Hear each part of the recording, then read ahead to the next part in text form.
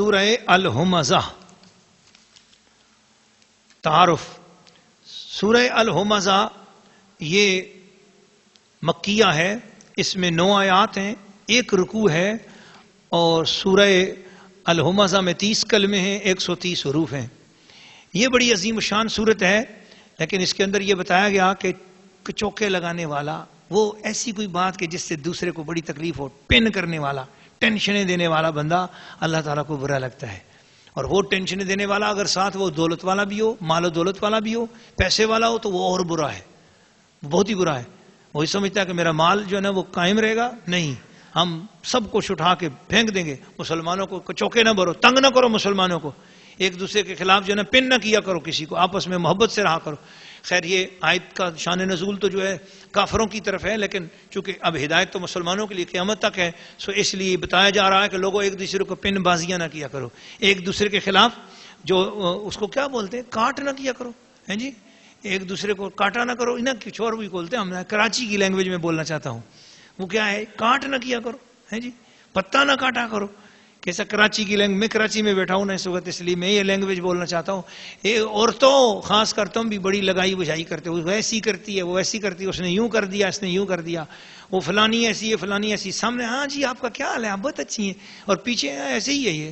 تو اس طرح کی باتیں جو ہے نا نہیں کیا کرو. تو کوئی یہ کہا کہ اس طرح کی حرکتیں اپنی جو ہے نا چھوڑو. تو قرآن مجید کے اس درس میں آپ آئی ہوئی ہیں، اگر آپ میں سے کسی کے اندر اس طرح کی عادت ہے نا تو وہ اپنی عادت آج دور کر دے.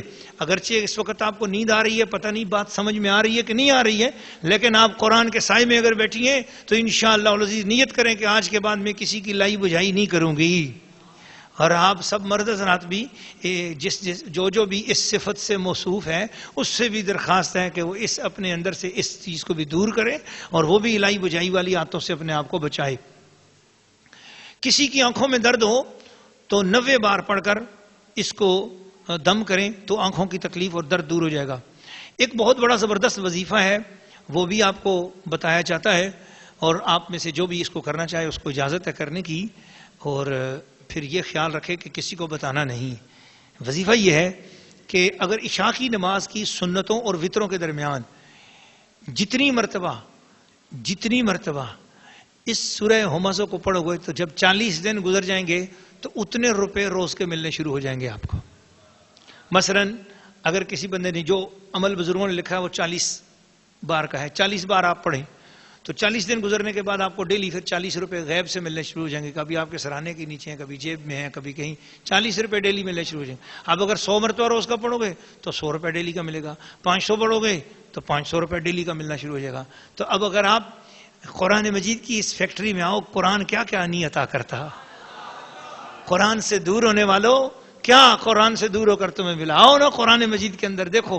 میں اسی لیے خواص بیان کرنا شروع کر دیے تھے کہ خواص بیان کرتا ہوں، اور جہاں کہیں رہ جاتے ہیں اکبر نقشبندی صاحب پرچی لکھ کے آ جاتے ہیں، لیکن کیا کروں 4 بج گئے ہیں، اور میں نے بہت کوشش کی تھی آج کہ جلد سے جلدی آپ کی خدمت میں اپنی حاضری پیش کر دیتا. لیکن آپ کو یہ بات سن کر اگر سمجھ آئی ہے کہ لوگ سمجھتے ہیں شاید اسٹیٹ بینک ہی نوٹ پیدا کرتا ہے، اور لوگ سمجھتے ہیں شاید بینکوں میں سے ہی نوٹ ملتے ہیں، لوگ سمجھتے ہیں شاید ATM والی دیوار کے اندر سے ہی نوٹ باہر آتے ہیں، لیکن آؤ قرآن فرماتا ہے کہ تو میرا ATM استعمال کر، میں تجھے نوٹ عطا کر دوں گا.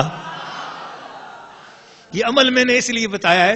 اب جو کرنا چاہے، اب جس کا دل چاہے پا جائے روشنی، ہم نے تو دل جلا کے سرعام کر دیا.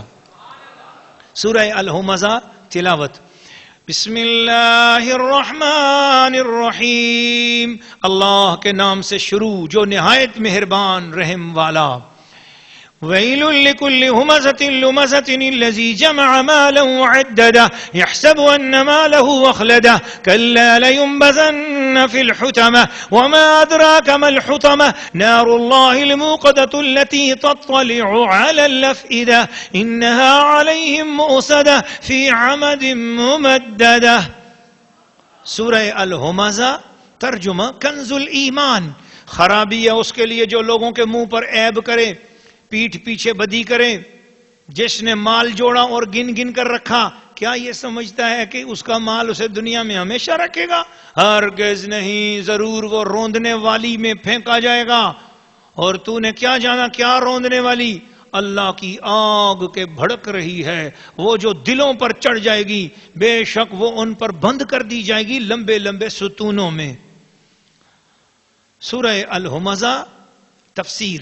ناظرین و ناظرات، سامعین و سامعات، وہ جو دوسروں کو ان کے منہ پر، میں جی بڑا سچ بولتا ہوں، بعض لوگوں کی عادت ہے میں کسی سے نہیں ڈرتا جی، بعض عورتوں کی عادت بھی ہوتی ہے میں کسی سے نہیں ڈرتی، میں بات منہ پہ کرتی ہوں جی، یہ پھوڑ پنے کی بات ہوتی ہے۔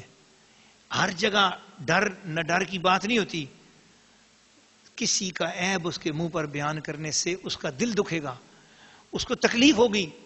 یہ بدخلقی ہے کہ آدمی یہ کہے کہ میں وہ فلاں نے ایسا کیا، میں اس سے پوچھ کر رہوں گی، میں اس سے پوچھوں گی، میں اس سے پوچھوں گا۔ کئی لوگوں، کئی مردوں کی عادت ایسی ہوتی ہے، وہ کہتے ہیں نہیں جی ہم کسی سے ڈرتے نہیں ہیں، جو بات ہے کھلی کرتے ہیں، منہ پہ کرتے ہیں۔ بھائی ٹھیک ہے، جہاں حق و باطل کا مسئلہ ہو وہاں بے شک بات منہ پہ کریں، کوئی مسئلہ نہیں، لیکن جہاں پر چھوٹے چھوٹے خاندانی معاملات ہوں اس میں اگر ہر ایک بات اس طرح منہ پہ کر دی جائے، سن لیا کسی سے اگر کچھ آپ نے تو اس کے منہ پر اس کو نہ بولو، نہ جتاؤ، پتہ ہے اس نے اگر آپ کو برا بھلا کہا بھی، لیکن جب منہ پر کہو گے تو زندگی بھر کے لیے رشتہ داری ختم ہو جائے گی۔ تو اس لیے رشتہ داریاں اگر قائم رکھنی ہے تو ایک دوسرے کی برداشت کرنی پڑیں گی۔ تو اس لیے اپنے آپ کو جو ہے نا، یہ اچھے اخلاق کا بھی حکم دیا۔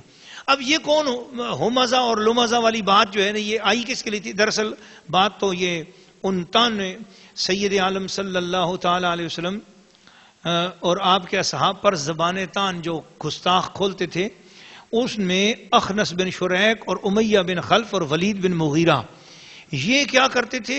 لوگوں کو پکڑ پکڑ کر کہتے تھے حضور کے اندر یہ عیب ہے، نبی پاک کے اندر یہ گستاخی، یہ اس طرح حضور صلی اللہ علیہ وسلم کی شان مبارک میں ڈھونڈ ڈھونڈ کے عیب نکالتے تھے۔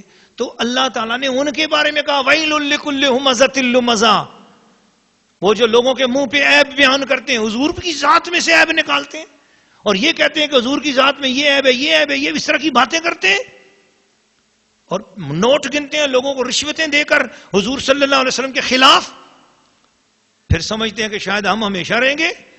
کَلَّا لَيُنبَذَنَّ فِي الْحُطَمَةِ، ہم ان کو روندنے والی میں ڈال دیں گے، اس آگ میں جو ستونوں میں بندھی ہوئی ہوگی۔ وہی ہوا، نضر بن حارث کے ساتھ یہی معاملہ ہوا، اور اس کے ساتھ بھی اخنس بن شریک کے ساتھ بھی یہی معاملہ ہوا۔ اور ان کی آج کہاں ہے مکے کے اندر؟ کدھر گئے ان کے پیسے؟ کدھر گئے ان کے محلات؟ آج سارا مکہ میرے نبی کے نام ہو چکا ہے، آج ہر جگہ درود و سلام اور رب کی توحید والے ہیں۔